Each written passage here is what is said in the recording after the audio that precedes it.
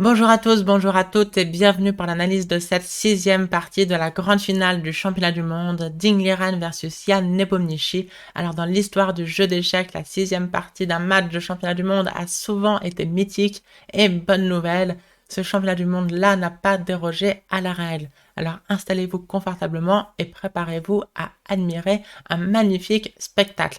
Juste un petit mot, une fois n'est pas coutume, j'enregistre cette vidéo seulement le lendemain matin de la partie. C'est parce que hier j'étais en tournoi.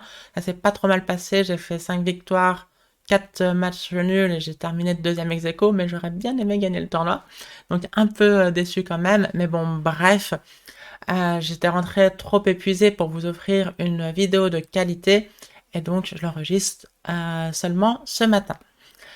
Ding Liren a ouvert par D4, cavalier F6, cavalier F3, D5 maintenant, et fou F4, un début de Londres. Alors je sais qu'il y a des pro début de Londres et des anti début de Londres. Si vous êtes team anti début de Londres, rassurez-vous quand même, ne partez pas trop vite. Ça va assez rapidement envoyer du beau jeu. Alors le début de Londres, c'était considéré comme une ouverture douteuse, en tout cas un petit système vraiment trop peu ambitieux jusqu'il y a une dizaine d'années quand des joueurs comme Alexander Grischuk, comme Gata Kamsky et évidemment comme Magnus Carlsen l'ont remis à la mode, ont découvert plein de nouvelles idées créatives pour jouer pour l'avantage et maintenant c'est quasiment une grande ligne. Il y a plein de systèmes, cela dit, pour les noirs pour égaliser. Au top niveau, on voit régulièrement E6, suivi de fou D6, très solide, mais pas trop dans le style de Nepo. On voit souvent fou F5, ça peut amener des parties assez loufoques, dirais-je. Après, genre C4 pour prendre l'avantage avec Dame B3, les noirs jouent fou prend B1. Surprenant d'échanger un fou en jouant deux fois contre un cavalier qui n'a jamais joué, mais c'est très concret. Après tour prend B1, fou B4 échec, on peut pas jouer cavalier D2, il y a cavalier E4, abandon. Donc là, le seul coup, c'est roi E2. Et donc les blancs ont la paire de fous, certes, mais le roi au centre. Donc c'est un jeu très compliqué.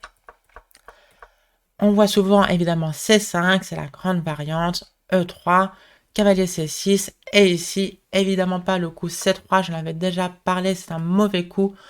À cause de Dame B6, c'était l'ancienne grande variante, mais c'est totalement réfuté par Dame B6, après quoi la position est avantageuse pour les noirs même.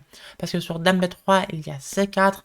Cette finale, j'en avais parlé, j'en avais fait une vidéo, est excellente pour les noirs.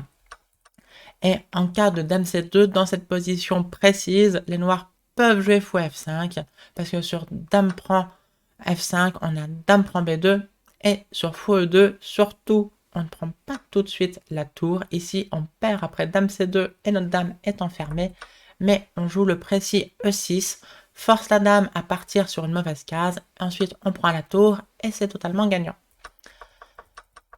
Donc C3 n'est plus joué du tout à haut niveau, mais c'est le coup le plus populaire sur internet et au niveau amateur en général. Donc avec les noirs, regardez bien ce système, c'est le meilleur moyen de prendre un avantage contre un début de Londres au niveau amateur. Vous aurez très souvent cette position qui est déjà avantageuse pour les noirs. Et si jamais votre adversaire vous joue cavalier BD2, là vous avez l'embarras du choix. Je suis un peu surprise par le coup de Yann, qui est non pas mauvais en soi, hein, c'est un bon système, c'est même très connu, mais c'est pas trop dans le style. En fait, si on veut tenter de réfuter en force le début de Londres, il faut jouer quand même Dame B6. Et là, toute l'idée de cavalier D2 à la place de C3, c'est qu'on a des prend C5. Ici, la grande variante, c'est Dame prend B2. Plutôt que Dame prend C5 où la dame est mal placée, on va se prendre du A3, B4, tour C1, C4, la dame va devoir rejouer. Donc c'est Dame prend B2 la grande variante. On joue tour B1, la dame vient en C3. Et ici, les blancs vont finir par perdre ce pion. Il est trop faible, donc il va être perdu. Les noirs vont avoir un pion de plus, mais les blancs ont un avantage de développement. Ici, il y a deux grands coups. Il y a E6 qui était le coup traditionnel, G6 qui est le coup un peu plus joué actuellement au top niveau. Après les deux, il y a des variantes assez folles, très compliquées. Alors évidemment, comme toujours, quand on pousse avec l'ordi, c'est match nul, mais c'est bien dans le style de Nepo. Il suffit de connaître tout par cœur, et dans tous les cas, on aura des variantes à des positions assez chaotiques. Donc je me serais plutôt attendu à ça. Il a préféré jouer C prend D4, E prend D4.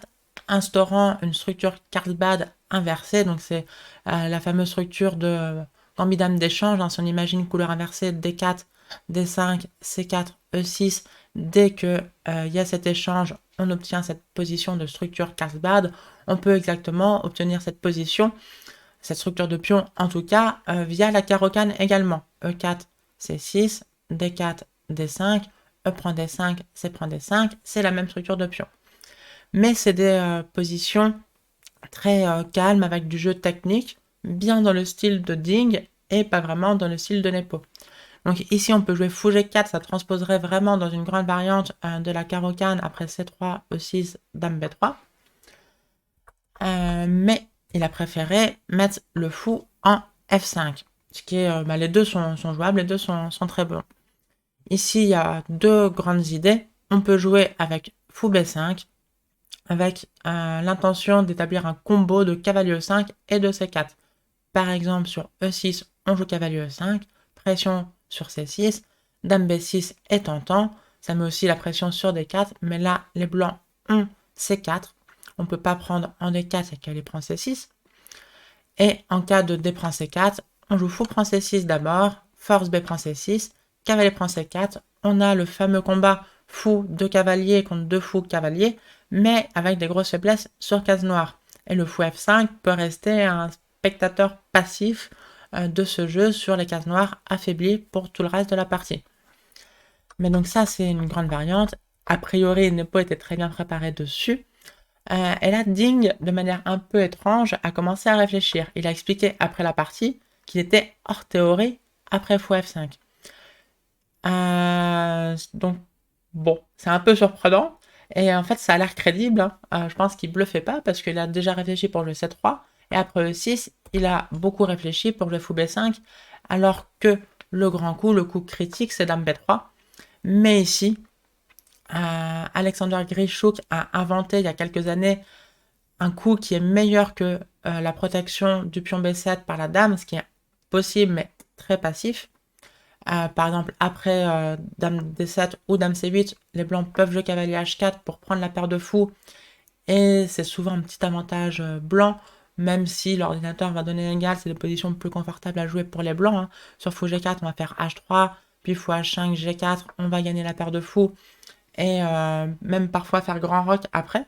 Et balancer les pions à l'aile roi avec avantage d'espace et paire de fous, c'est un bon combo. Mais donc ici, Grischuk a inventé ce sacrifice de pion fou D6, c'était lors d'une partie contre Fabiano Caruana en 2018, avec l'idée créative, dame prend B7, fou prend F4, dame prend C6, échec qui a l'air désagréable, parce que sur cavalier D7, il y aurait du fou B5, cavalier E5, etc. Et ici, il y a le meilleur coup, c'est roi F8, pion de moins, roi déroqué, mais la paire de fous, et des colonnes en plus, la position est égale d'après l'ordinateur, et peut-être même plus facile à jouer côté noir. Donc c'était, c'est ça la grande variante au top niveau, en tout cas actuellement, et on peut comprendre que Ding Liren, si vraiment il était hors théorie, n'ait pas voulu jouer ça, et il a préféré jouer fou B5. Alors cela dit, Ding Liren a dit en conférence de presse qu'il était hors théorie, certes, mais c'est une position qu'il connaît quand même. Comment est-ce que c'est possible? Je vais vous raconter une petite anecdote, si vous me permettez. C'était une fois, j'écoutais Magnus Carlsen parler de son père, Heinrich, qui était un excellent joueur dans les 2200+. Alors depuis que Magnus a percé, c'est son manager à plein temps, et donc évidemment il dispute moins de tournois, et puis il est vieillissant, donc plus si fort peut-être, mais quand même il comprend le jeu. Et une fois, Heinrich parle à Magnus et lui dit « Ah ouais, j'adore jouer la ragozine inversée ». Magnus fait « Pardon, mais qu'est-ce que c'est ragozine inversée, ça n'existe pas, quoi. » Puis son père lui explique « La ragozine, c'est sur D4, cavalier F6, C4, E6, cavalier F3, D5, cavalier C3, ou évidemment un autre hors de coup, fou B4 ici. Et par exemple, une des nombreuses variantes possibles, c'est prendre D5, E prend D5, fou F4, C6, E3, fou F5, on peut imaginer fou D3, etc. Et en fait, on se rend compte que c'est exactement la position couleur inversée, alors avec un tempo de moins du coup, que Ding Liren a avec les blancs. Et sans trop de surprise, Ding Liren est un spécialiste de la ragozine. Donc en fait, quand il a cette position où ici, à la place du coup critique dame b3, il a préféré fou b5, et bien il retombe exactement dans sa ragozine inversée. La fameuse ragozine inversée, terme inventé par le papa de Magnus Carlsen. Donc il a joué fou b5. Ici, Nepo a joué fou d6, c'est le coup le plus joué. Donc je ne vais pas dire que c'est un mauvais coup, ça a été joué par tellement de grands maîtres que ça serait un peu prétentieux de ma part de dire que c'est douteux. Mais on peut tout aussi bien, et peut-être même encore mieux, garder le fou de case noire. On va voir que les cases noires, c'est ce qui a posé problème à Nepo pour tout le reste de la partie. Donc peut-être que fou E7 est une piste à suivre. On conserve les fous de case noires pour garder un contrôle sur les cases noires de la dame. Bref, il y a eu fou D6. Ici, deux écoles. Ding a joué le coup le plus ambitieux, fou prend D6. Je pense que, me connaissant, j'aurais snap en C6, B prend C6. Maintenant, je vais fou prendre D6, dame prend D6. L'idée de prendre d'abord, c'est que la dame n'a pas pu prendre en C6. Et ici, je joue un petit coup comme B4 pour fixer le pion C6, pour s'assurer le contrôle de la case C5. Et ensuite, on va jouer cavalier B3. Avec scénario idéal, un échange de cavaliers. Et on finit avec un super cavalier en C5 contre le fou de case blanche, qui est certes en dehors de la chaîne de pions, mais qui fait rien. Il tape sur rien, il tape dans le vide. Donc c'est un fou passif. Cela dit, l'avantage blanc n'est que minime, n'est que théorique. On voit que l'ordinateur donne totalement égal. Plus 0,03 pour être précise. Mais bon, c'est plus confortable et moi j'aurais adoré avoir les blancs dans cette position. C'est vraiment ce pourquoi je joue aux échecs. Pour que mon adversaire s'ennuie tellement qu'il commence à faire des erreurs. Donc fou prend D6 a été joué, c'est le coup le plus joué. Dame prend D6, roc, roc, tour 1. Voilà, des coups de développement assez tranquilles. Et ici, les blancs, grâce à leur coup tour 1, menacent menace avec des guillemets, on n'est pas sur une menace de maths, mais signalent leur intention de jouer cavalier E5 au prochain coup. Donc là, il y a une réponse typique qui est de jouer dame C7. Petite parenthèse, j'avais joué exactement cette idée dans mon match contre Stouff, que j'avais analysé aussi, dont j'avais analysé quelques parties. Donc c'était dans la carocane, mais comme j'ai expliqué, la carocane d'échange, c'est la même structure. Donc on avait cette position, donc là le fou est venu en G4, dame B3, dame D7, etc. Touk touk, l'échange en D6, alors dame prend B7, c'est possible mais c'est risqué, les noirs obtiennent du contre-jeu avec tour B8, etc. Donc il y a eu roc, roc, tour 1, ici j'ai échangé le fou de case blanche, très contente de pouvoir le faire, même s'il n'est pas mauvais en soi, c'est pas du tout forcé, fou prend F3, mais ça évite des choses comme il va se passer dans la partie Ding contre Nepo. Et donc dans cette position, les blancs veulent jouer cavalier E5. Et donc ici, j'ai joué dame C7 avec l'idée cavalier E5 qui a été joué par Stouff. Cavalier prend E5, donc Stouff, Stéphane Bressac, pour celles et ceux qui ne le connaîtraient pas.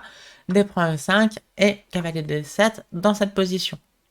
Le pion E5 donne une petite attaque au blanc à l'aile roi, mais vu qu'il n'y a plus beaucoup de pièces, c'est pas grave du tout. Et j'avais même gagné cette partie assez tranquillement.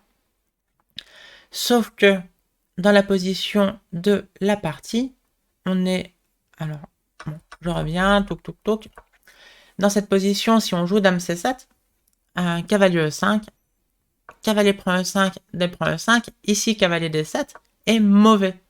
Parce que les blancs, alors je pense si c'est beaucoup positionnel, petit exercice positionnel, mais ça devrait être assez trivial avec les explications que j'ai déjà données. Les blancs échangent fou prend cavalier, le fameux coup fou prend cavalier avec lequel les grands maîtres battent les maîtres, comme dit le proverbe. Dame prend D7 et ici on fait cavalier B3, on va s'installer en D4. C'est le scénario horrible pour les noirs avec magnifique cavalier blanc contre mauvais fou et des chances d'attaque à l'aile roi grâce au pion E5. Mais dame C7 était quand même le meilleur coup. Et sur cavalier E5, on prend E5. Et sur D prend E5, on joue cavalier G4. Alors c'est très concret, parce que le cavalier en G4, s'il n'apporte pas un gain concret au noir direct, il est juste très très mal placé. parce que si on se prend un jour et qu'on est obligé de faire cavalier H6, c'est grotesque. Et là, en plus, avec 2 pièces mineures sur l'échiquier, les chances d'attaque à l'aile roi seront bien plus grandes. Sauf que le jeu d'échecs, c'est un jeu concret. Cavalier G4 attaque le pion E5. On dit, bah c'est pas grave, on fait cavalier F3, mais là, il y a F6. Comme dans la française, F6 est souvent mauvais tant que les blancs ont le pion en D4, mais quand les noirs dans la française échangent le pion C contre le pion D, F6 devient thématique. Le scénario idéal, c'est que ces deux pions E et F s'échangent et que les noirs arrivent à jouer E5 avec un centre parfait pour les noirs. Et ici, E prend F6 perd tout de suite. Il y a fou E4, menace fou prend F3, attaque la dame et enlève le défenseur du pion H2. Et donc les noirs sont gagnants.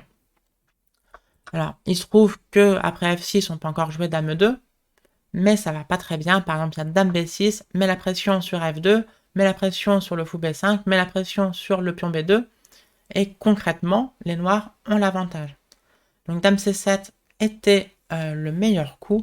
H6, coup douteux déjà, alors pas mauvais, hein, l'ordinateur considère que la position est égale, mais c'est toujours la même histoire, c'est égal du point de vue de l'ordinateur, sauf que le chemin vers l'égalité va être de plus en plus étroit. Donc du point de vue humain, on peut considérer que c'est des imprécisions qui vont forcer les noirs à jouer plus tard les seuls coups pour ne pas être vraiment mal cette fois-ci.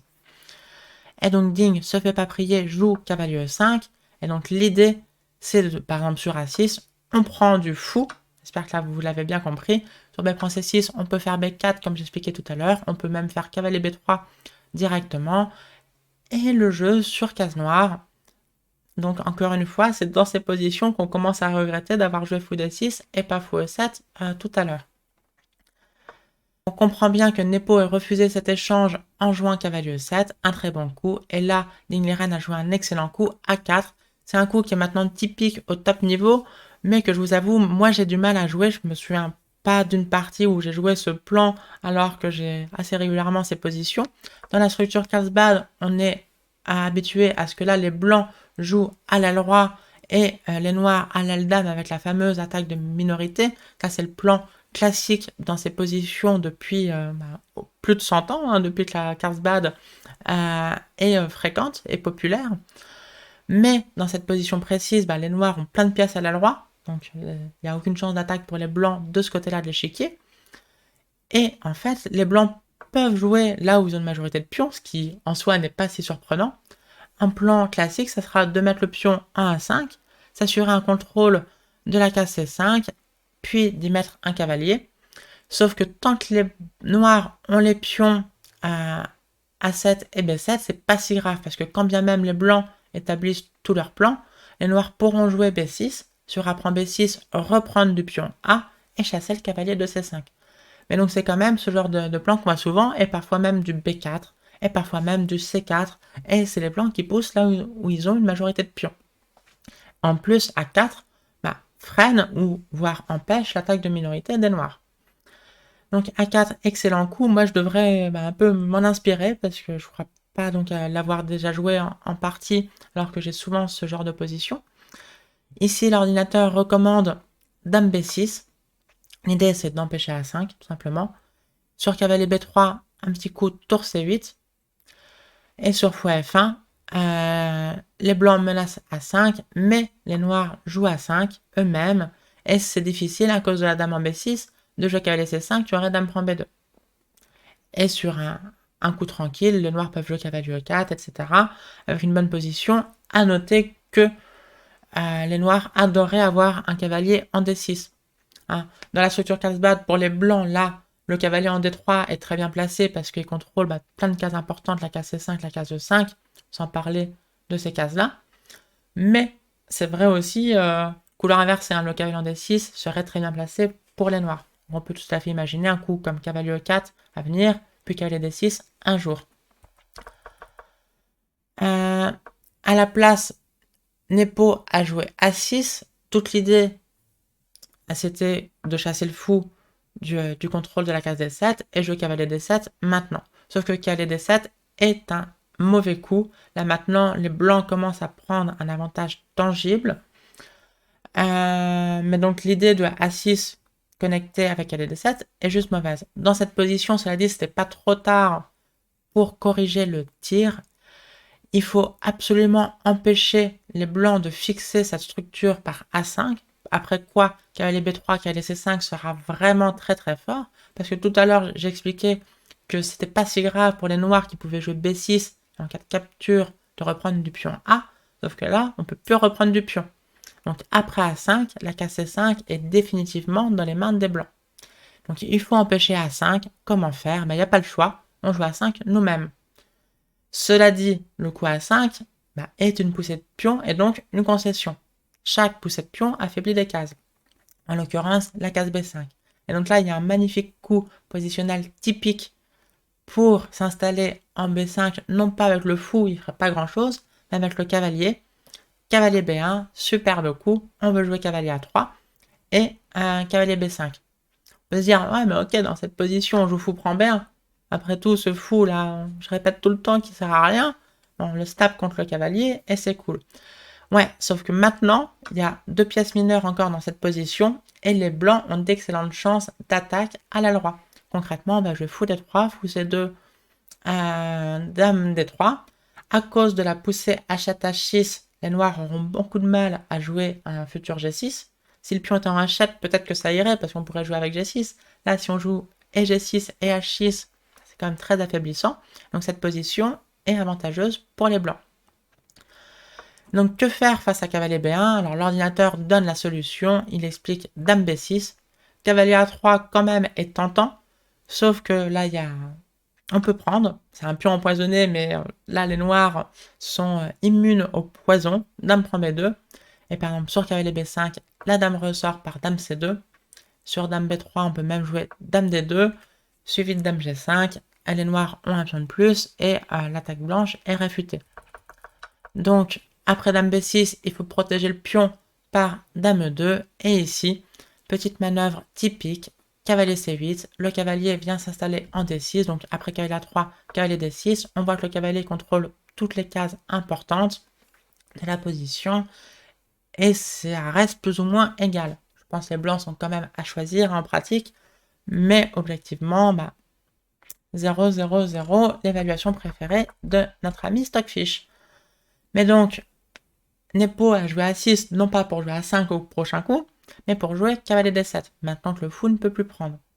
Sauf que les blancs prennent pour ne pas perdre de tempo, et après dame prend D7, évidemment, j'espère que vous l'avez bien compris, Ding a joué A5, fixe les pions en B7 et A6, s'assure du contrôle de la case C5 avec un bon avantage. Nepo a joué dame C7, un coup malin. Ici, le coup tentant, c'est cavalier B3. Alors moi, en partie, je me connais même en partie lente. Je joue cavalier B3, très fier de ma compréhension positionnelle du jeu d'échecs. Je joue cavalier B3, cavalier C5. Je me projette déjà jouer B4 ensuite, et c'est génial. Je vais gagner une partie tranquille. Sauf que c'est réfuté tactiquement. Il y a cavalier C6. Ah, oups, je peux pas jouer cavalier C5. Maintenant, il y a le pion A5 en prise. Pas de compensation, rien du tout. Ici, j'aurais sans doute été tenté de jouer dame F3 en me disant, allez, prochain coup, dame G3, petite finale, maintenant que la dame n'est plus en C7, on peut jouer cavalier C5, B4, on va gagner tranquillement. Sauf que dame F3 est une gaffe, ça perd un pion. Fou C2 attaque le défenseur du pion A5, cavalier bouge, cavalier prend A5, pion de moins, au revoir. Donc c'est pour ça que Nepo avait joué dame C7, ça part cavalier B3, et c'est pour ça que Ding a joué dame F3 tout de suite. L'idée, c'est de pouvoir jouer dame G3 sans se prendre donc le fou C2 qui gagnera un pion. Une autre idée, c'est de protéger le pion C3 pour pouvoir jouer B4 tout de suite, puis cavalier B3 et cavalier C5. Donc un excellent coup positionnel. L'ordinateur recommande le coup un peu étrange fou C2. Alors c'est jamais très humain de mettre une pièce comme ça qui fait pas de menace concrète dans le camp adverse, surtout si elle peut se faire attaquer facilement. Mais donc l'idée, c'est d'empêcher cavalier B3. Sur un coup comme tour C1, on repart par là. Et sur cavalier B3, on peut jouer cavalier C6. Donc toujours cette histoire de pression sur le pion A5. Et sur dame G3, on peut profiter du placement un peu malheureux de la tour en C1 pour jouer E5. Changement de structure, alors il va y avoir un pion isolé. Les blancs sont évidemment un peu mieux, mais il n'y a pas grand-chose et on regrette ce placement de tour. Donc bref, fou C2, un coup d'ordinateur, mais vraiment pas humain. Et Nepo a préféré jouer tour C8 pour empêcher B4. Sur quoi Ding a répondu par tour A3 pour protéger le pion C3 et pouvoir faire B4. L'autre possibilité, c'était tour EC1, mais comme on a dit, ça laisse les possibilités de jouer avec E5. Alors cela dit, E5 tout de suite est une gaffe parce qu'on peut prendre dame prend E5, coup du retour, tour E1, attaque la dame sur dame D6, petite tactique, tour prend E7, élimination du défenseur et on a gagné 2 pièces pour la tour, c'est cool. Mais on peut jouer fou G6 par exemple. On envoie B4 maintenant que c'est protégé. Et ici, deux possibilités. On peut faire cavalier F5 suivi de cavalier D6. Le fameux cavalier en D6 très bien placé qui va compenser plus ou moins le cavalier en C5, même si encore une fois les blancs restent un peu mieux. Ou dans cette position, on peut tenter E5 et sur des points E5, dame prend E5, tour E1, dame G5 par exemple. Il y a un pion isolé, certes, mais les blancs ont un pion arriéré sur la colonne ouverte. Ces faiblesses se compensent plus ou moins. Et le seul truc qui reste, c'est ce fou qui est toujours un peu plus passif que les deux pièces mineures des blancs. Donc tour A3, un très bon coup. Nepo a joué fou G6, cavalier B3. Toujours la même histoire. On peut jouer cavalier C6, c'est ce qu'a fait Nepo pour mettre la pression sur A5 et donc éviter cavalier C5. Ou l'autre possibilité, c'était de jouer cavalier F5, cavalier C5, cavalier D6. Mais encore une fois, les blancs sont à choisir largement. Cavalier C6, donc, est le coup de la partie. Dame G3, évidemment, c'est le plan. Et ici, l'ordinateur à bonne profondeur recommande de jouer la finale, mais c'est vraiment pas le genre de finale qu'on veut jouer contre Ding Liren. Bon, et a fortiori contre Magnus, mais là, contre Ding Liren, en l'occurrence, c'est quand même horrible. En gros, les blancs vont pouvoir presser tranquillement, ils vont jouer cavalier C5, ils vont jouer B4, ils vont pousser les pions à l'aile droite également, pouvoir fixer les noirs à la défense de ses faiblesses à l'aile dame, ouvrir le moment opportun à un nouveau front à l'aile droite, et ben les noirs doivent jouer juste passivement. Et la défense passive, déjà c'est rarement bon, mais surtout c'est rarement humain. Et en plus, on peut se rappeler que hier, Ding Liren avait voulu défendre passivement en jouant tour B8, tour C8, tour B8, etc. Et ben, il s'était fait massacrer. Donc, cette finale, vraiment pas dans le style de Nepo. Peut-être qu'un joueur comme Karyakin, qui était le challenger en 2016, si je ne m'abuse, aurait joué dame prend G3 et tenté de défendre pendant 80 coups de souffrance. Hein, ça, c'est dans son style. Mais Nepo a préféré garder les dames en jouant dame E7. À noter, dame D8 était possible, était tentant pour garder la pression, mais ici concrètement ça ne marche pas. Il y a cavalier C5 et sur cavalier prend E5, petite tactique, cavalier prend E6, profite du placement maladroit du fou G6. Alors c'est toujours pareil, hein. Là il avait mis le fou en G6 dans cette position, c'est-à-dire rétrospectivement c'est facile de regretter, ah bah pourquoi pas fou H7, mais en fait si Nepo avait joué fou H7, Ding Liren aurait trouvé un coup qui aurait profité du placement malheureux du fou H7 et Nepo aurait regretté de ne pas l'avoir mis en G6. Hein, donc, dans cette position, les coups fou G6 et fou H7 sont équivalents. Juste, il y a des micro-détails qui font que plus tard, on peut regretter l'un ou l'autre. Mais donc, bref, fou G6, cavalier B3, cavalier C6, dame G3. Donc, dame D8 ne marche pas concrètement. Cavalier C5, quand même, cavalier prend A5, cavalier prend E6. Nepo a bien vu tout ça, et c'est pour ça qu'il a joué dame E7. Et dans cette position, on peut se dire, enfin, on peut jouer cavalier C5, sauf que Nepo est un joueur concret, il avait préparé quelque chose. Ce quelque chose, c'est cavalier prend A5, très joli coup. Évidemment, sur tour prend A5, il y a B6, regagne la pièce. Et vu qu'on va perdre le cavalier C5, qui est notre pièce maîtresse, on perd tout avantage. Mais cavalier prend A5, le cavalier est maintenant en prise, donc il y a des tactiques. On peut jouer le Desperado cavalier prend E6, ce qui a l'air très bon, mais ici, un seul coup pour ne pas être foutu. Tour C6, le cavalier est cloué, la tour E1 étant pas protégée. Maintenant, tour prend un 5, tour prend E6. Et les noirs, on simplifie la position. Alors, il y a quand même 3 îlots de pions pour les noirs contre 2 pour les blancs. Toujours ce fou pas très actif. Donc, un petit avantage blanc, mais vraiment pas grand-chose. Donc, cavalier C5, tout de suite, était prématuré. Heading à la place a joué H4. Alors, j'ai mis 2 points d'exclamation. C'est un coup parmi d'autres coups qui conservent un petit avantage. Mais l'idée est assez profonde. Nepo a joué tour E8 et maintenant Ding a joué cavalier C5 parce que sur cavalier prend A5, l'idée de H4 c'est de faire H5. On se dit bah ok je prends. Alors sur un autre coup de fou c'est exactement la même tactique. Donc quitte à se prendre la tactique autant capturer le pion offert par les blancs. Donc après fou prend H5, maintenant tour prend A5 marche, car sur B6, cavalier prend E6 menace mat. C'est toute l'idée d'avoir enlevé le fou de G6. Donc, si le fou était en H7, comme j'ai expliqué tout à l'heure, bah là, toutes ces tactiques auraient marché depuis le début sans même se prendre H4, H5, sans même devoir faire plutôt H4, H5 pour dévier ce fou.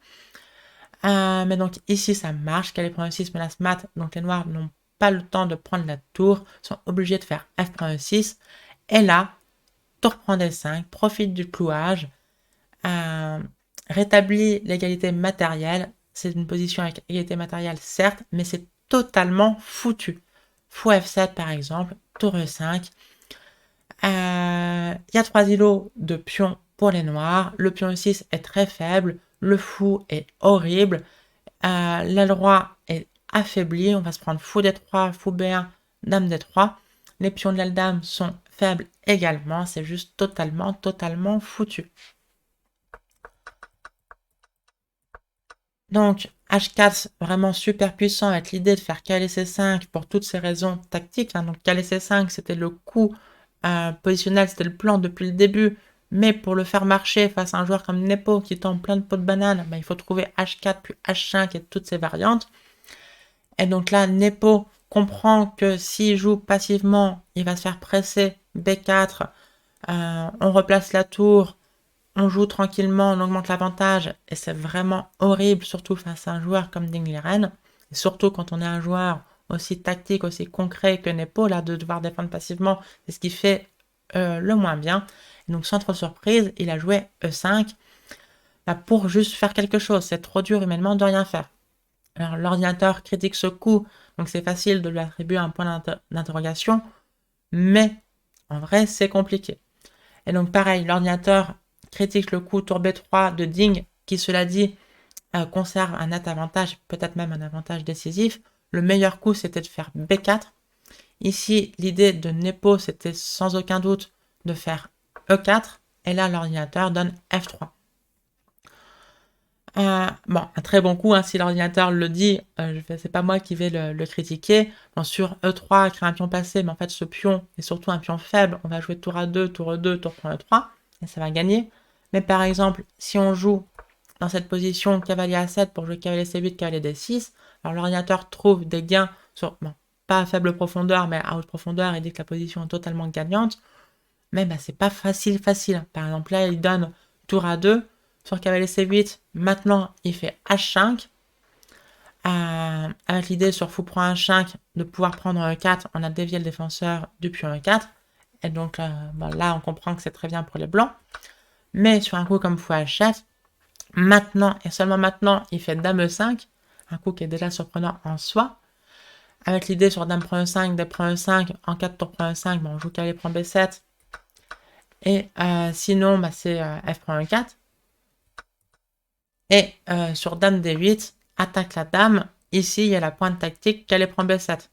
Donc bref, elle a avoir vu toutes ces variantes concrètes pour pouvoir jouer B4, E4 et F3. Vraiment F3, un coup d'ordinateur. Il y avait quand même un coup humain pour prendre un avantage, mais pas décisif. Le coup humain, c'est de faire B5. Après B5, fou prend B5. On s'apprête à échanger le fou de case blanche contre le cavalier, et donc à jouer magnifique cavalier contre mauvais fou. On s'apprête aussi à faire des tactiques comme A6, élimination du défenseur B7, et gros problème sur C6. Sauf que c'est pas si clair. D'après l'ordinateur, concrètement, les noirs peuvent jouer tour C8, Sur fou prend C6, jouer tour prend C6. Et sur un coup comme tour B1, qui a l'air très fort avec l'attaque sur B7, ici l'ordinateur joue tour prend C5, D prend C5 et E3. Petite tactique, et il dit que c'est plus ou moins égal, enfin c'est petit avantage blanc, mais plutôt proche de l'égalité. Donc bref, si B4 avait été joué, E4 aurait été la réponse, et c'est sûrement en voyant que B5, le coup humain, ne donne pas trop d'avantages à cause de ce sacrifice de qualité, que les joueurs étaient contents pour Nepo de jouer cette variante et pas contents pour Ding de jouer B4. Et c'est pour ça que Ding a joué tour B3. Douteux objectivement, mais humainement, encore une fois, on comprend tout à fait qu'il l'ait joué. Surtout que les meilleurs coups pour les noirs donnent quand même un bon avantage aux blancs. Donc il y a eu tour B3, cavalier prend A5, c'est l'idée évidemment. Tour prend E5, attaque la dame, récupère le pion. Dame F6, tour A3, gagne un tempo sur le cavalier A5. Ici, cavalier C4, c'est le coup de l'ordinateur, c'est le coup joué. Donc la plupart des commentateurs ne l'ont même pas mentionné. Oui, c'est évident, il faut jouer cavalier C4. Mais humainement, cavalier C6 est tentant. Une première idée, c'est sur tour prend D5, on a tour E1, un clouage horrible sur le fou F1, et c'est déjà avantage noir. Là, l'ordinateur, s'il n'aime pas cavalier C6, c'est qu'il y a cavalier D7. Mais même ça, c'est très chaud. Dame D8. Là, je suis la ligne de l'ordinateur. Tour prend 8, tour prend 8. Attaque le cavalier D7. Dame C7, il faut s'aventurer en terre ennemie. Sauf que les noirs font de même. Dame E1 avec des idées de fou D3, et c'est horrible. Un seul coup pour ne pas être mal avec les blancs. Dame prend B7. Donc là, fou D3, évidemment, c'est pris sur échec. Et c'est pas mal derrière. Donc sur roi H7, on va jouer roi H2. Et il n'y a rien. Donc, il faut d'abord jouer tour E8. Mais on menace quand même fou D3. Donc, dame prend C6, fou D3. Ça a l'air assez chaud. Mais concrètement, il y a roi H2, fou prend F1. Et là, un seul coup pour conserver un avantage avec les blancs. C'est pas du tout évident. C'est de jouer C4. Alors, une première idée, c'est que sur dame prend F2, la dame quitte la défense de la tour E8, et donc ça permet cavalier F6 échec, suivi de dame prend E8. Et toute l'idée de C4, c'est que sur un coup comme tour E4, qui fait des grosses menaces, là on a quand même l'incroyable cavalier F6 échec, sacrifice de pièces, et sur G prend F6, tour G3, et sur roi H7, dame prend F6, protège le pion H4 et menace mat. À noter que sur roi F8, c'est échec en D6 qui est horrible. Sur roi F8, c'est mat en G8. Et sur tour E7, dame prend F6, on menace mat. C'est la grande crise malgré la pièce de plus pour les noirs. Donc cavalier C6, c'est très facile de voir juste l'ordinateur à haute profondeur, mettre un plus 2, etc. Puis se dire, c'est un mauvais coup, on comprend que ça peut être joué. Mais en vrai, c'est hyper chaud. Et c'est encore une fois le genre de variante non jouée, magnifique, mais que vous pouvez être sûr, les deux joueurs ont calculé. Donc il y a eu cavalier C4 de jouer. Évidemment, c'est snap. On prend le cavalier et on joue avec le magnifique cavalier contre le mauvais fou. C'était l'idée depuis le début. Et ici, il fallait jouer cavalier prend B7. Ding s'est dit, je vais améliorer en jouant H5 d'abord, puis seulement au coup d'après cavalier prend B7. Ça a l'air beaucoup plus fort, ça a l'air d'être un excellent coup. Et d'ailleurs, si ça avait été joué, ce championnat, dans les années 80-90, avant les ordinateurs, sûrement que ça aurait été un coup publié avec 2 points d'exclamation. Juste, c'est plutôt que cavalier prend B7, on joue d'abord H5, super fort, bravo Ding les reines, et peut-être que dans les mois qui auraient suivi la publication des premières analyses, un fort grand maître, en ayant analysé pendant des heures, se serait rendu compte que H5 offre une possibilité tactique incroyable pour les noirs de diminuer l'avantage des blancs. Ici, la possibilité tactique, c'était tour prend E5, 2 points d'exclamation, toute l'idée est incroyable, D prend E5. Dans cette position, les joueurs ont calculé ça, mais ils se sont dit, la dame est attaquée, le fou est attaqué, bah, seule possibilité, il faut jouer dame C6 ou dame B6.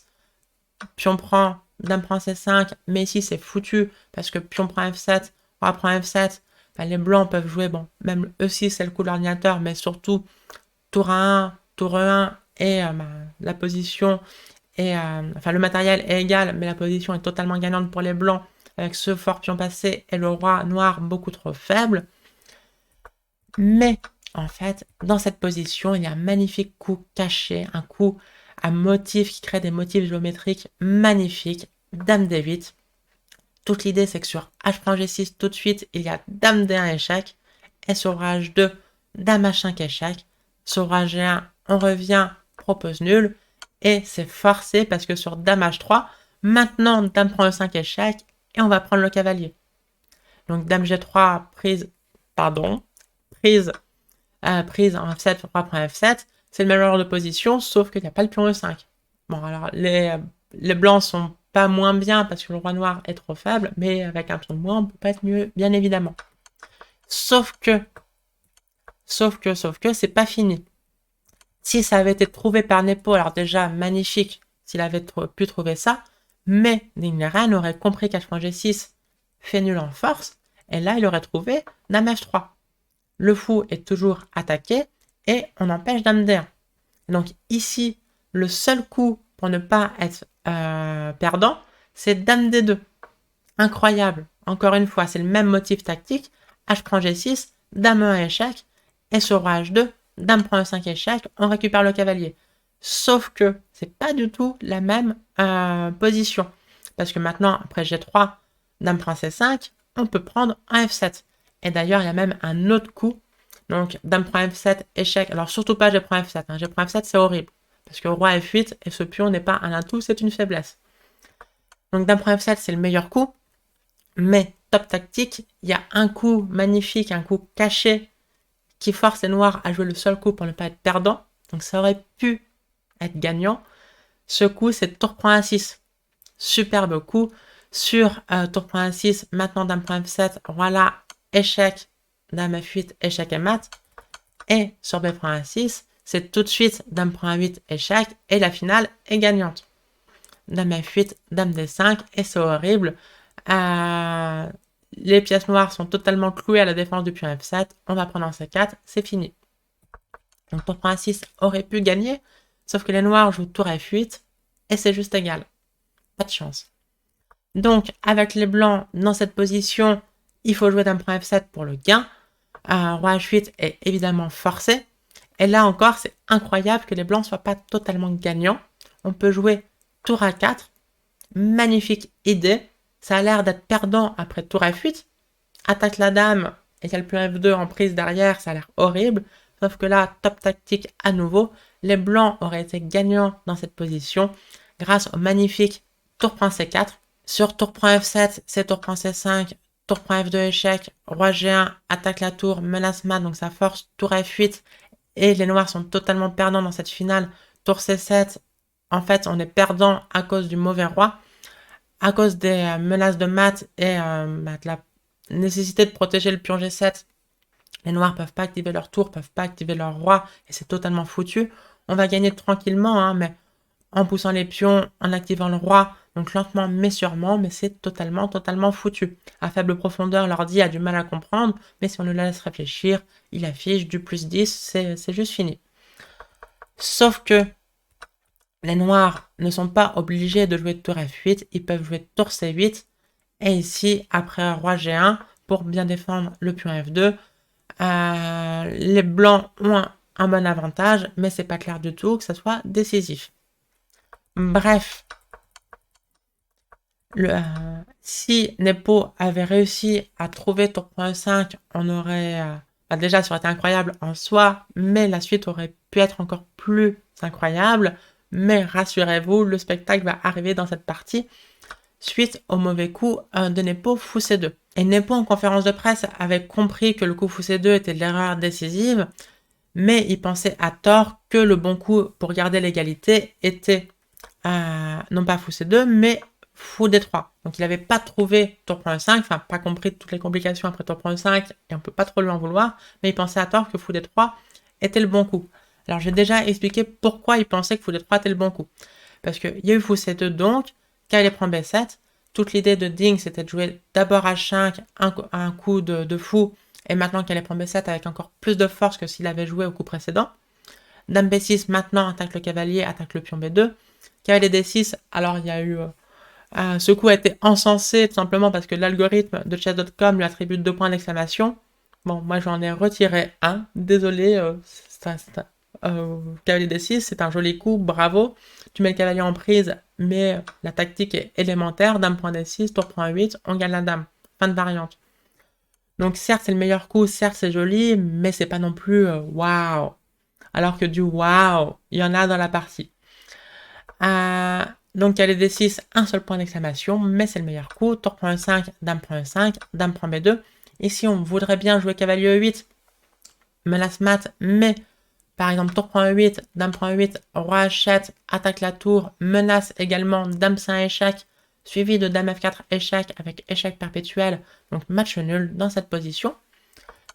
Donc, Ding a préféré jouer tour A5, bien évidemment. Et là, les noirs ne peuvent pas jouer dame prend C3 à cause de cavalier E8. Menace mat. Sur F6, au minimum, dame D5 échec, dame prend E8, adieu. Bon, il se trouve que cavalier prend F6 c'est encore plus fort d'après l'ordinateur, mais bon, humainement, on fait juste échec et miam, adieu. Et sur cavalier E8, malheureusement, pour Nepo, il peut pas jouer dame 5 échec, roi bouge, dame G5, défend le mat. Donc là, le seul coup, c'est tour prend E8, dame prend E8, échec, et on est totalement foutu. Donc Nepo a compris que le fou était vraiment malheureusement placé en C2, et il s'est dit, donc c'est quand même malin, il s'est dit, bah ok, je fais fou D3, cavalier prend B7, dame B6, cavalier D6, tour prend E5, dame prend E5, dame prend B2, donc sur cavalier E8, c'est toujours tour prend E8, et sur tour A5, cette fois-ci, les noirs sont même mieux, dame prend C3, et sur cavalier E8, dame 5 échec, roi H2, dame G5, pion de plus pour les noirs, les blancs sont foutus. Donc le coup fou D3, c'est facile si on regarde que avec l'ordinateur de voir « Eh mais c'est une gaffe, il est vraiment nul Nepo », mais en fait il explique fou D3, pour lui c'est parce qu'il a compris tout ça. Sauf qu'il a raté un coup, alors certes c'est facile quand on y pense, mais c'est aussi facile de ne pas y penser. Donc si vous voulez chercher le meilleur coup, c'est plus positionnel que tactique, mais c'est vraiment un superbe coup. C'est le coup B4, 2 points d'exclamation. C'est juste très concret. Il n'y a pas C prend B3 parce que cavalier prend D3. Et donc, à la place d'avoir un pion faible en B2, on va avoir ce pion en B4, plus d'autres faiblesses. Donc, c'est juste le combat du cavalier C5 contre l'horrible fou de case blanche qui est totalement passif dans ses positions. Et la position est stratégiquement gagnante pour les blancs. Après tour prend 5, on peut même échanger les dames, dame prend 5, d prend 5, dame prend 5, d prend 5. Il y a toujours ces pions faibles, il y a le bon cavalier contre le mauvais fou. On va pouvoir activer le roi facilement sur les cases noires, on va pouvoir replacer la tour bien comme il faut, et la finale est gagnante.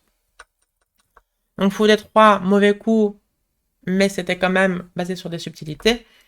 Et donc le coup de la partie, il s'est passé exactement ce qu'on a déjà vu.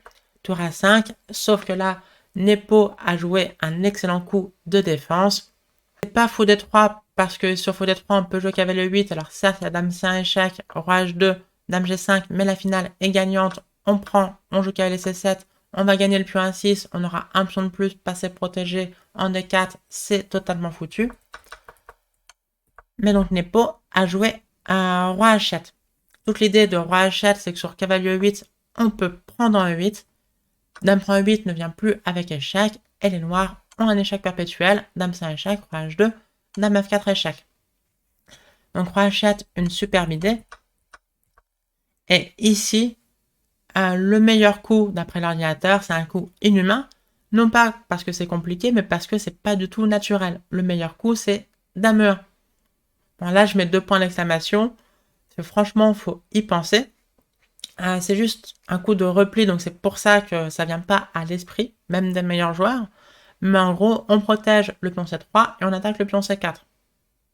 Et on a toujours cette histoire de cavalier monstrueux contre le mauvais fou. La fou D3 a l'air de protéger le pion C4. Et on se dit, cavalier prend F7, il y a un pion de plus. Ouais, mais ça, c'est un peu chaud. Par exemple, dame B6, vire la tour de A5. Et les noirs ont le pion A, le pion F7. Il contribuait pas tellement à la défense du roi, donc il n'y a pas trop d'attaque non plus. Et le pion A peut vraiment être un formidable atout. Sauf que après fou D3, il y a un coup encore meilleur que de prendre le pion F7, c'est de prendre le pion C4, avec l'idée que sur fou prend C4, dame E4 échec, donc on vient de jouer dame E1, on remonte jusqu'en E4, et on gagne la tour A8, et donc là c'est terminé. Donc dame E1 aurait donné un excellent avantage au blanc, même s'il faut convertir, parce qu'après qu'elle prend C4, évidemment, Nepo n'aurait pas pris, il aurait joué un coup comme dame B3, et il faut encore la gagner. Le pion A peut servir, il peut courir vite ce pion. À la place, Ding, et c'est bien compréhensible, a joué tour C5 pour jouer tour C7 pour mater. On veut faire échec et mat, tout simplement. Et donc là, le seul coup pour se sauver encore, c'était de jouer dame prend C3, avec des variantes quand même ultra complexes. Par exemple, sur tour C7, le seul coup, c'est de jouer dame D2 pour se rapprocher de la case G5. Sur tour prend F7, il ne faut pas jouer dame G5 tout de suite. Ici, il y a F4 qui force à une finale supérieure. Alors, peut-être gagnante, peut-être pas. Il y a débat, je ne vais pas rentrer dans les détails, mais c'est supérieur pour les blancs. Et le truc, c'est que dame G4 ne marche pas à cause de cavalier E8. Trop de pression sur le pion G7. Force tour prend E8. Dame prend E8. Échec a l'air de forcer le perpétuel, mais le roi s'échappe par roi F2. Et même, par exemple, sur dame prend D4, roi G3, dame D3 échec, par exemple, roi H2, cabane, qualité de plus, foutu. Attaque de mat en plus. Mais l'ordinateur, donc déjà, il faut avoir vu dame D2. Et ici, il faut jouer dame 5 échec d'abord, roi H2, dame G5. Toute l'idée, c'est que sur F4, maintenant, on n'est pas obligé de prendre le 5 avec une finale, encore une fois, peut-être nulle quand même, mais peut-être foutu. On peut jouer dame G4. La différence, c'est que cavalier 8, maintenant, ça perd. C'est pas de chance que ça perde. Tour prend 8, dame prend 8, dame prend 5 avec échec, et sur roi G1. On joue pas dame d'un échec nul, on joue fou G6, abandon. Là, tu te prends ça, avec les blancs, tu boudes. Donc, Nepo n'a pas joué dame prend C3, il a joué dame C1 échec, roi H2, F6, attaque la dame G3, et il court vite, A5. L'idée, vous l'avez bien comprise, A4, A3, A2, A1, dame. Sur un coup comme tour C7, maintenant, dame G5, c'était l'idée de dame C1, alors c'était aussi l'idée de dame prend C3, dame D2, mais c'était pas simple du tout de comprendre que ça valait le coup de gagner un pion, quitte à perdre un temps pour mettre cette dame sur cette diagonale. Donc dame G5, dame prend G5, H prend G5, cavalier prend C4, pion de plus pour les blancs, mais pas d'avantage. Fou B3, cavalier A3, par exemple tour D8 pour gêner la poussée des pions blancs. Les noirs vont jouer à A4. Il y a même des cas où, avec les noirs, on fait le tour, on attaque le cavalier, bloqueur, certes, mais bloqueur passif et puis bloqueur isolé. Et donc cette finale est égale. Meding s'est pas laissé faire, il a joué le meilleur coup, cavalier prend C4. C'est pas seulement qu'on gagne un pion, c'est que dans cette position, on a cavalier E3, coupe la connexion de la dame avec la case G5, et donc menace tour C7 avec force. Nepo a joué fou B1, tour C7 maintenant, menace mat, tour G8, cavalier D5, menace des gros trucs en F6, par exemple sur A3, on peut jouer cavalier prend F6, ça gagne, mais même si on a un peu de classe, on joue dame prend G7, tour prend G7, cavalier prend F6 échec, roi H8, tour C8 échec, tour G8, tour prend G8, échec et mat, le fameux mat des Arabes. Pour rappel, on l'appelle mat des Arabes parce que au Chaturanga, l'ancêtre que pratiquaient les Arabes il y a plus de 1000 ans, roi, tour et cavalier se déplaçaient exactement de la même manière. Et donc, on retrouve ce mat dans des manuscrits arabes millénaires. Bref, cavalier D5 Évidemment, Nepo a joué roi H8, parant toutes les menaces.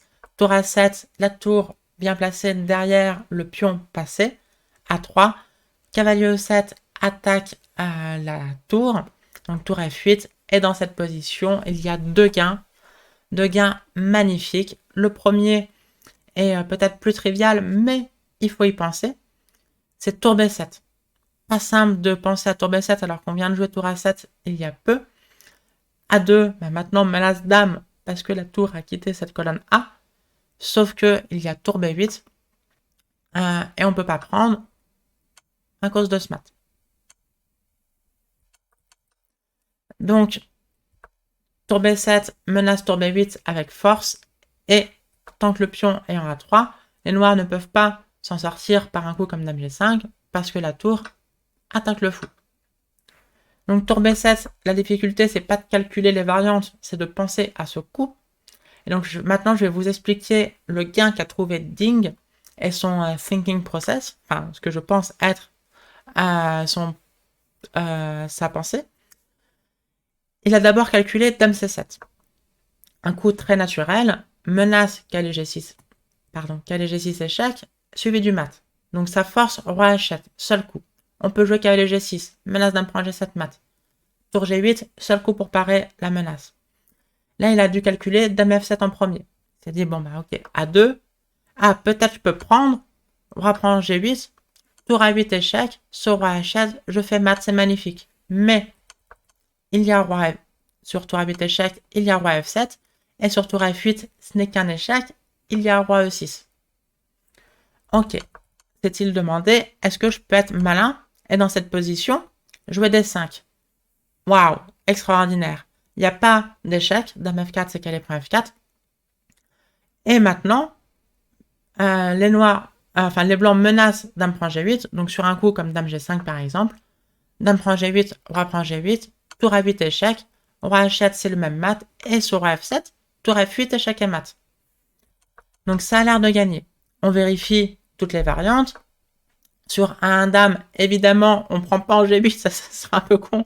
Parce que sur tour A8, dame prend A8. Et on pleure, je pense, devant l'échiquier. Mais sur un dame, évidemment, on prend la dame et c'est terminé. Parce qu'en plus, on menace toujours dame prend G8. Donc ça a l'air brillant. Sauf que on vérifie bien toutes les variantes. Les noirs sont pas obligés de jouer à 2 dans cette position. Ils ont le coup direct dame G5. Seul coup pour ne pas perdre. Menace dame prend H5 échec. Et donc là, il n'y a pas de gain. Parce que sur dame prend G8, c'est toujours pas mat. On n'a pas le temps de faire des 5. Donc ça va pas. Et donc Ding a compris que le coup direct dame C7, il y avait plein de schémas de maths. Juste, je voulais vous montrer aussi un autre schéma qui n'était pas possible de réaliser, mais que c'est le genre de choses que les joueurs calculent pendant les parties. Imaginons roi H7, cavalier G6, tour G8. Ici, on peut se dire, c'est dommage, tour A8, si par exemple, il joue A2, là, il y a un magnifique échec et mat en 2 coups. Donc, cherchez-le. Faites pause si vous avez besoin d'un peu de temps pour trouver la solution. Ça vaut le coup d'œil. Dame prend G7, fait échec et mat au prochain coup. Sur tour prend G7, tour H8 échec et mat. Et sur roi prend G7, c'est tour A7, échec et mat, encore peut-être plus esthétique. Mais évidemment, sur tour A8 dans cette position, il y a juste tour prend A8 et abandon. Il n'y avait pas d'idée autre que de placer ce piège. Donc c'est souvent ça. On voit d'abord l'échec et mat final et ensuite on rétrograde pour trouver le chemin pour y parvenir. D'ailleurs, petite anecdote sur ce processus de pensée. Moi, c'était un des moments marquants de ma jeunesse. Je regardais un documentaire sur Kasparov sorti en 2000 sur Arte à l'époque en amont de son match contre Vladimir Kramnik. Et à un moment, on voit Kasparov disputer une simultanée sur ordinateur. Enfin, il joue plusieurs joueurs, mais il est tout seul devant l'ordi. Et il explique, là j'ai vu le mat. Le commentateur lui demande, ok, c'est quoi le premier coup? Il dit, ça je sais pas encore. J'ai d'abord vu le match final, et maintenant je vais essayer de comprendre quel est le premier coup pour y parvenir. Donc là, c'est exactement le processus de pensée qu'a appliqué Ding Liren. Il a vu ce schéma de maths avec dame prend G8, magnifique sacrifice de dame pour faire le mat des Arabes. Il a vu que sur dame C7, puis D5, ça ne marche pas. Pas de chance, il y a l'heure de coup très précis, les noirs jouent tous les seuls coups pour ne pas perdre et pour match nul. Et donc c'est pour ça qu'il a joué D5 tout de suite. Extraordinaire. Là, il n'y a pas d'histoire de dame G5. On peut tout simplement échanger les dames, prendre le pion à 3. C'est grotesque. Donc, le pauvre Nepo était obligé de jouer A2. Mais maintenant, dame C7 marche très bien. Roi H7 pour parer la menace cavalier G6, échec. Cavalier G6 sans faire échec, mais cavalier G6 quand même. Tour G8. Et donc maintenant, dame F7 marche. La menace est dame prend G8, échec. Et on peut se dire, mais attends, fou prend G6. Sauf que sur fou prend G6, H prend G6, échec. Roi H8, un nouveau mat en 2 coups. Faites pause si vous voulez le chercher. Dame prend G8, échec. Roi prend G8, tour A8, échec et mat. Encore un superbe échec et mat. Décidément, cette fin de partie est incroyable. Donc voilà, c'est la fin de cette vidéo. Désolée à nouveau de la publier seulement le lendemain, mais bon, je suis joueuse avant tout. J'espère en tout cas que ce spectacle et mes analyses vous ont plu. Si c'est le cas, laissez un petit like. Laissez aussi un petit commentaire bienveillant. Ça fait toujours plaisir à lire. Et enfin, merci à celles et ceux qui poussent le soutien encore plus loin et qui font des petits dons sur Tipeee. Il y a le lien dans la description. Merci infiniment. On se retrouve demain soir, cette fois-ci, pour l'analyse de la 7e ronde en espérant autant de spectacles. Belle journée ou belle fin de soirée. Ciao.